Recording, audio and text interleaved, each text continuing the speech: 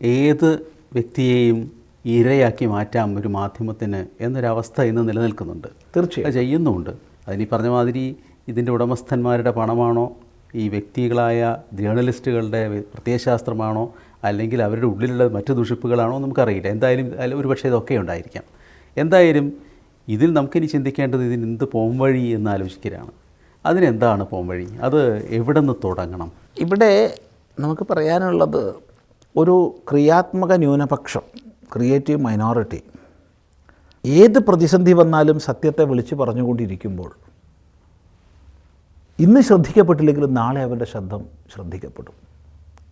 ഇപ്പോൾ ഇന്ന് പ്രത്യേകിച്ച് ഈ നവീന സമൂഹ മാധ്യമങ്ങളുടെ വർധനവോടുകൂടി വ്യക്തമായ ലക്ഷ്യം വെച്ചുകൊണ്ട് ഒരു ടാർഗറ്റ് ഉറപ്പിച്ചിട്ട് അതിനനുസരിച്ച് 1000 പേര് ഒന്നിച്ച് ശബ്ദിക്കുന്നതും 1000 പേര് ഒന്നിച്ച് ശബ്ദിക്കുമ്പോൾ അത് സമൂഹത്തിൽ സത്യമാണെന്ന് വിശ്വസിക്കപ്പെടുകയും ചെയ്യുന്നൊരു ഒരവസ്ഥാവിശേഷമുണ്ട്.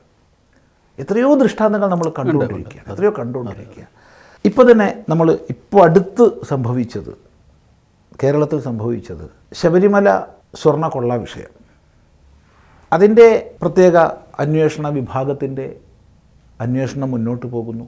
പലരെയും അവർ ചോദ്യം ചെയ്യുന്നു, പലരെയും അറസ്റ്റ് ചെയ്യുന്നു, പലരെയും അറസ്റ്റ് ചെയ്യുന്നില്ല. അതിൻ്റെ സത്യാസത്യങ്ങളെക്കുറിച്ച് നമ്മൾ കടക്കുന്നില്ല, അത് അതിൻ്റെ വഴിക്ക് പോകട്ടെ. അതിൻ്റെ ഭാഗമായിട്ട് അവർ ശബരിമല തന്ത്രി കണ്ഠരര് രാജീവര് അദ്ദേഹത്തെ അറസ്റ്റ് ചെയ്തു. അതിനെതിരായി നമ്മളൊന്നും ഒരു അക്ഷരം പറഞ്ഞിട്ടില്ല. കാരണം അദ്ദേഹം നമ്മളോട് ബന്ധപ്പെടുന്ന ആളാണ്, പരിചിതനാണ്, സ്നേഹമുള്ള ആളാണ്, ഒക്കെയാണ്. പക്ഷേ തെറ്റ് ചെയ്തിട്ടുണ്ടെങ്കിൽ ശിക്ഷിക്കപ്പെടണം എന്നൊരൊറ്റ നിലപാടാണ് സന്യാസിമാരായാലും തന്ത്രി സമൂഹമായാലും ഏറ്റെടുത്തിട്ടുള്ളത്. തന്ത്രി സമാജമോ തന്ത്രി മണ്ഡലമോ തന്ത്രിമാരൊരാൾ പോലും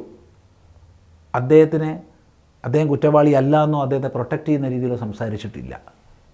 മറിച്ച് പറഞ്ഞതൊക്കെയും കുറ്റവാളിയാണെങ്കിൽ ശിക്ഷിക്കപ്പെടണം എന്ന് തന്നെയാണ്.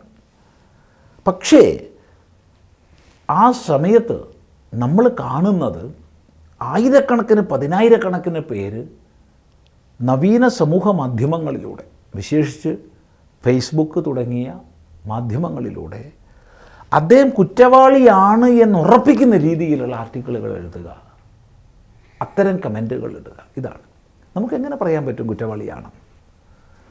അത് കഴിഞ്ഞു 41 ദിവസത്തിന് ശേഷം ബഹുമാനപ്പെട്ട കോടതി അദ്ദേഹത്തെ അറസ്റ്റ് ചെയ്യാനുള്ള യാതൊരു കുറ്റവും കുറ്റപത്രത്തിൽ സമർപ്പിക്കാൻ കഴിഞ്ഞിട്ടില്ല എന്ന വാദത്തോടു കൂടിയാണ് നോട്ട് ആൻ അയോട്ട ഓഫ് എന്നുള്ള വാക്കാണ് ഉപയോഗിച്ചത്, എവിഡൻസ്. അതെ.